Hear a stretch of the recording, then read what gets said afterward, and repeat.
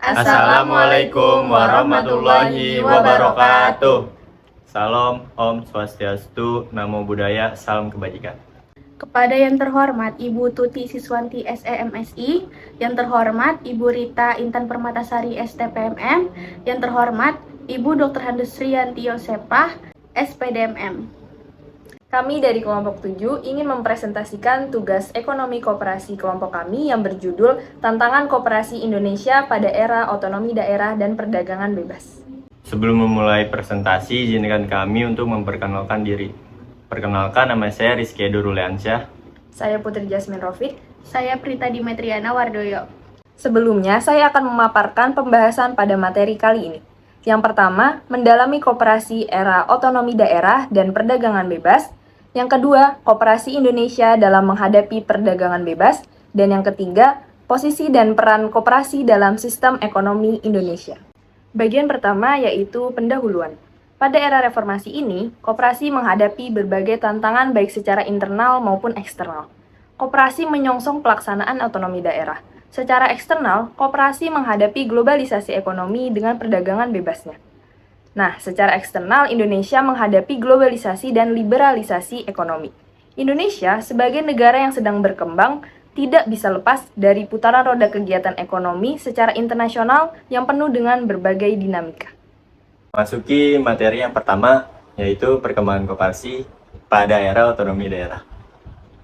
Implementasi Undang-Undang Nomor 22 Tahun 1999 tentang otonomi daerah akan memberikan dampak positif bagi koperasi dalam hal alokasi, sumber daya alam, dan pelayanan pembiayaan lainnya. Namun, koperasi akan menghadapi masa yang lebih intensif dengan pemerintah daerah dalam bentuk penempatan lokasi intensif dan skala kegiatan koperasi karena asas efisiensi akan mendesak koperasi untuk membangun jaringan yang lebih luas dan mungkin melampaui batas daerah otonom. Selanjutnya, dukungan yang diperlukan bagi koperasi untuk menghadapi berbagai rasionalisasi adalah keberadaan lembaga jaminan kredit bagi koperasi dan usaha kecil di daerah. Dengan demikian, kehadiran lembaga jaminan akan menjadi elemen terpenting untuk mempercepat perkembangan koperasi di daerah. Memasuki materi kedua, yaitu Koperasi Indonesia memasuki era perdagangan bebas. Pada tahun 2003, sebagai permulaan berlakunya AFTA, merupakan tonggak penting bagi koperasi Indonesia karena akan menentukan corak koperasi yang masih akan bertahan ke depan. Dalam hal ini yang patut dilihat adalah konteks daya saing produk yang dihasilkan para anggota koperasi, sehingga daya saing koperasi tidaklah berdiri sendiri. Secara umum, problematika peningkatan daya saing koperasi Indonesia justru bukan terletak pada persoalan perbandingan dalam kelangkaan sumber daya, tetapi justru persoalan kemampuan manajerial dalam proses pengelolaan koperasi di setiap lini dalam menghasilkan dan memasarkan barang dan jasa baik produk luar maupun produk dalam. Selanjutnya, dari pengalaman gerakan koperasi Indonesia selama di tahun proses liberalisasi, perdagangan yang ditakuti oleh rasionalisasi fasilitas bagi koperasi justru memperlihatkan semakin intensifnya kontak dengan dunia luar oleh gerakan koperasi, baik yang berkaitan dengan impor maupun ekspor produk unggulan terutama produk etnik dan produk berbasis sumber alam.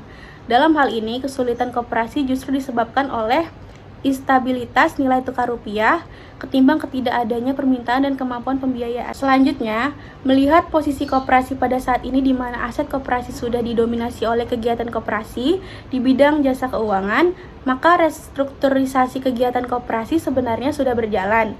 Dengan demikian akan mampu tumbuh dan berkembang sejalan dengan perkembangan koperasi di Indonesia saat ini sangat kompatibel untuk menanggapi rasionalisasi kredit perbankan kepada petani dan belum pernah terjadi sebelumnya.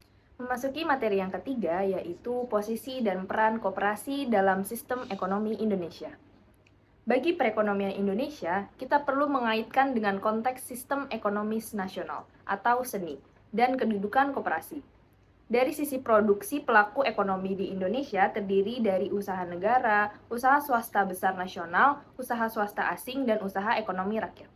Dalam hal jumlah unit usaha yang ada di Indonesia terdiri dari usaha rumah tangga, usaha kecil dan menengah dalam bentuk usaha yang berbadan hukum maupun yang tidak berbadan hukum. Selanjutnya adalah kedudukan koperasi dalam sistem ekonomi rakyat. Koperasi sebagai salah satu bentuk atau metode menjalankan usaha, serta sebagai bentuk dari organisasi perusahaan di antara para produsen kecil dan menengah di samping usaha perseroan milik negara, usaha swasta besar nasional maupun asing. Nah, di sektor produksi jasa, koperasi merupakan salah satu bentuk lembaga keuangan yang mengorganisasikan pelayanan jasa keuangan, baik berbentuk bank maupun bank sementara. Di sisi konsumsi, koperasi adalah organisasi para konsumen yang bergerak di dalam pelayanan jasa pemenuhan kebutuhan barang-barang konsumsi bagi rumah tangga. Nah, di sini ada fungsi koperasi. Jadi, fungsi koperasi itu adalah untuk mengangkat kemartabatan suatu masyarakat atau bangsa, terutama dalam berekonomi, karena sifat gerakan koperasi yang sering disebut dengan kuasi publik. Nah, sementara itu, untuk mengetahui posisi perekonomian rakyat dalam perkembangan perekonomian nasional, telah diangkat 3 indikator penting, yaitu 1. Jumlah penyerapan tenaga kerja, 2. Nilai tambah untuk masing-masing sektor, 3. Ekspor produk usaha kecil dan menengah. Sekian presentasi dari kelompok kami, kurang lebihnya mohon maaf. Wassalamualaikum warahmatullahi wabarakatuh.